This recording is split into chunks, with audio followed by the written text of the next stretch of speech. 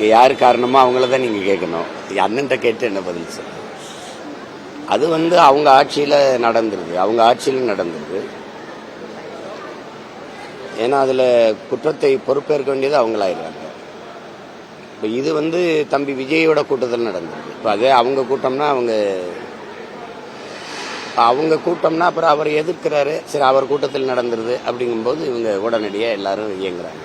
இது யதார்த்தம் தானே, இதில் போய் பேசிட்டு இருந்தீங்க இல்லை. இப்போ கூட எங்கள் கூட அமைச்சர் வந்தார், மின்துறை அமைச்சர். அவர் என்ன சொல்கிறாருன்னா, மின்கம்பத்தில் ஏறும்போது அவங்க ஆளுங்க தான் மின்சாரத்தை துண்டிங்கன்னு சத்தம் போட்டிருக்காங்க, கத்திருக்காங்க. அதனால அந்த அணைக்க வேண்டியது. சில பேர் அந்த ஜென்ரேட்டர் மேலே ஏறி அது விழுந்ததெல்லாம் அவங்களுக்கு காணொலியில் இருக்கு. இப்போ அந்த மாதிரி இதெல்லாம் தவிர்க்க முடியாமல் அணைக்கிறது தான் அது. அவர் அதான் சொல்றாரு. வர்றது ரொம்ப நேரம் காத்திருக்கிறது. அந்த குழந்தைகள் அவங்க என்ன சொல்றாங்கன்னா, 8 மணிலேருந்து நிற்கிறாங்க. காலை உணவும் சாப்பிடாம வந்துடுறாங்க. அப்புறம் மதிய உணவும் இல்லை, குடிக்க தண்ணியும் இல்லை. அப்போவே ஒரு மயக்க நிலைக்கு பெரும்பாலானோர் வந்துடுறாங்க. போகலாம் அப்படின்னாலும் நெரிசலை கடந்து போக முடியல.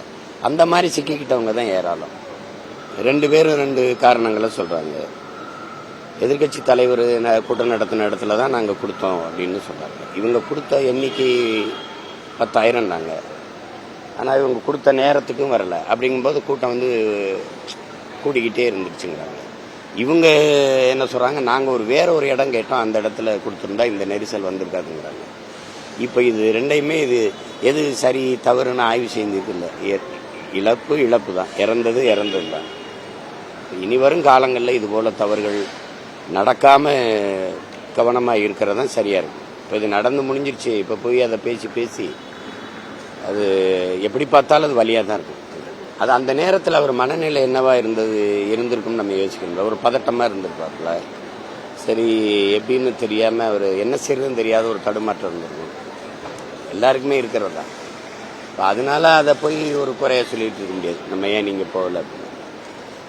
அப்போ அவர் போகலைன்னா நாங்கள்லாம் போகிறோம்ல, தம்பி போகலைன்னா அண்ணன் போய் பார்க்குறோம்ல.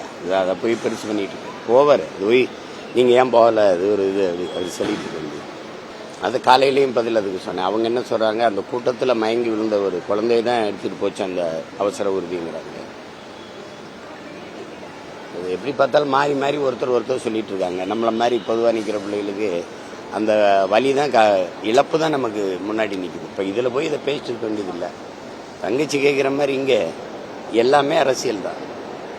ஒவ்வொரு மனிதனின் ஒவ்வொரு வார்த்தையிலும் அரசியல் பிறக்குதுங்கிறான் லெலின். இது எல்லாமே அரசியல் தான். ஆளுகிற கட்சிகள், அதிகாரத்தில் இருந்த கட்சிகளுக்கு தவிர மற்ற கட்சிகளுக்கெல்லாம் இந்த மாதிரி ஒடுக்குமுறை இருக்கிறது.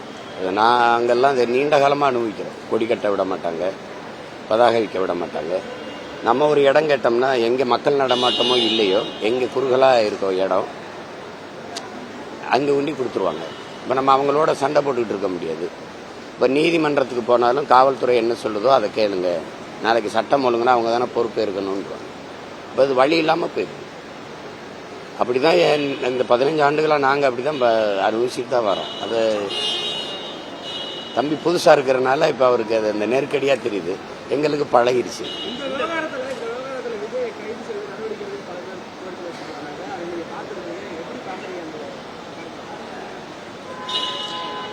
திரும்ப சொல்கிறேன், இது எதிர்பாராமல் நடந்த ஒரு விபத்து. யாரும் விரும்பி செய்கிறதில்ல. மக்களை கூட்டிகிட்டு வச்சு அவங்கள கொண்டுறணுங்கிறது யாருக்கு நோக்கமா சொல்லுங்கள், நீங்கள் சொல்லுங்கள். இது ஒரு விபத்து. இப்போ நியாயமாக பார்த்தா இப்போ நம்மெல்லாம் இவ்வளோ வலியோடு பேசிகிட்டு இருக்கோம்ல, இதை விட அவருக்கு 2 மடங்கு காயம் இருக்கும், வேதனை இருக்கும். என்னடா நம்மளால் அப்படி நடந்துச்சு.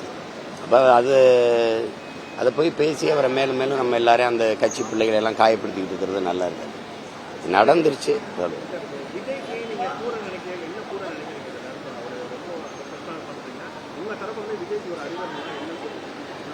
இந்த மாதிரி அணுகுமுறையை மாற்றிக்கிற வேண்டியதான். இப்போ நீங்கள் ஒரு குறுகலான தெருக்களில் போய் கூடுறது இருக்குல்ல, அது சரியாக வராது. அது எப்பவுமே சரியாக வராது. ஒரு இடத்த வாங்கி பொதுக்கூட்டம் மாதிரி சின்னதாக, இப்போ 3 இடத்துலன்னா 3 சின்ன பொதுக்கூட்டம் மாதிரி எடுத்து அவங்க நாற்காலி போட்டால் உட்காந்துருவாங்க. இதெல்லாம் நிற்கணும், ரொம்ப நேரம் நிற்க வேண்டியது இருக்குல்ல. அப்போ இவர் சரி அந்த மேடையில் போய் ஏறி பேசிட்டு அப்படி பார்த்துட்டு போயிட்டாருன்னா இந்த நெருக்கடிகள் வராது. இப்போ எனக்கு ஒரு கூட்டம் வருது இல்லை, அந்த கூட்டம் நாங்கள் உட்கார வச்சிடறோம். ஒரு சந்துக்குள்ள எல்லாரையும் நிற்க வச்சு பேசுனா நெரிசலாக தான் இருக்கும். அது மாதிரி அதை இனி வரும் காலங்களில் இந்த மாதிரி சந்திப்பா இல்லாம சின்ன சின்ன கூட்டங்களா மாத்திக்கிறது பாதுகாப்பா இருக்கும்.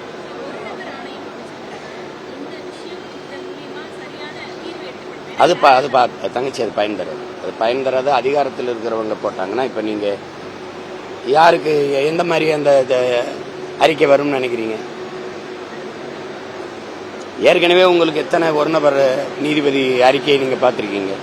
சரி, தூத்துக்குடி துப்பாக்கி சூட்ல இதே அம்மா அருணா ஜெகதீசன் தாக்கல் செஞ்ச அறிக்கை என்னாச்சு? அதுக்கு நடவடிக்கை என்னாச்சு? அது ஒரு அந்த பிரச்சனையை அப்படியே நகர்த்துறதான் தங்கச்சி. அது உங்களுக்கு எத்தனை முன்மாதிரி இருக்கு, அது பேசி பயன் இல்லை. அது சரிதான். அப்படி இருந்தும் கூட அம்மா தமிழிசை இருந்து சத்தம் போட்டிருந்தாங்க. முதல்வர் வரும்போது ஒரு 30 உடலை உடனடியாக கூராய்வு செஞ்சு அனுப்பிட்டாங்க. மற்றபடி அந்த 9 உடலுக்கு ரொம்ப நேரம் ஆயிடுச்சு. உறவினர்கள்லாம் இது பண்ணாங்க. அப்புறம் அம்மா கூட போய் நம்மளோட சத்தம் போட்டேன், ஏன் இவ்வளவு காலதாமதிக்கிறீங்கன்னு சொன்னாங்க தமிழிசை அம்மா. ஆனால் நான் போகும்போது அதை செஞ்சு 3 உடலை கொடுத்துட்டாங்க, முன்னாடியே கொடுத்தாங்க. அப்புறம் மற்றபடி இதை முடிச்சு அனுப்புறாங்க. ரசிகர்களுங்க அப்படிதான் இருப்பாங்க. முதல் காட்சி பார்க்கணும்னு நினைக்கிற ஆர்வம் போல தான் இது இருக்கும். அதில் போய் ஒரு ஒழுங்கு ஒரு நெறியெல்லாம் நம்ம எதிர்பார்க்கறது கடினம். உங்களுக்கு புரியுதுன்னு நினைக்கிறேன். அவரே பேசும்போது அவங்க கத்திக்கிட்டே தான் இருப்பாங்க. அவர் என்ன பேசுறாருங்கிறத உள்வாங்காம ஒரு ஆர்ப்பரிச்சுக்கிட்டே இருப்பாங்க. நீங்க பார்க்க முடியும். அதுதான் ரசிகர்கள் மனநிலை. அது கொஞ்ச நாளைக்கு அப்படி இருக்கும். திரும்ப திரும்ப அதே நடிகரை ஒரு 2 தடவை 3 தடவை பார்த்துட்டாங்கன்னா பயன்பாடு தான்.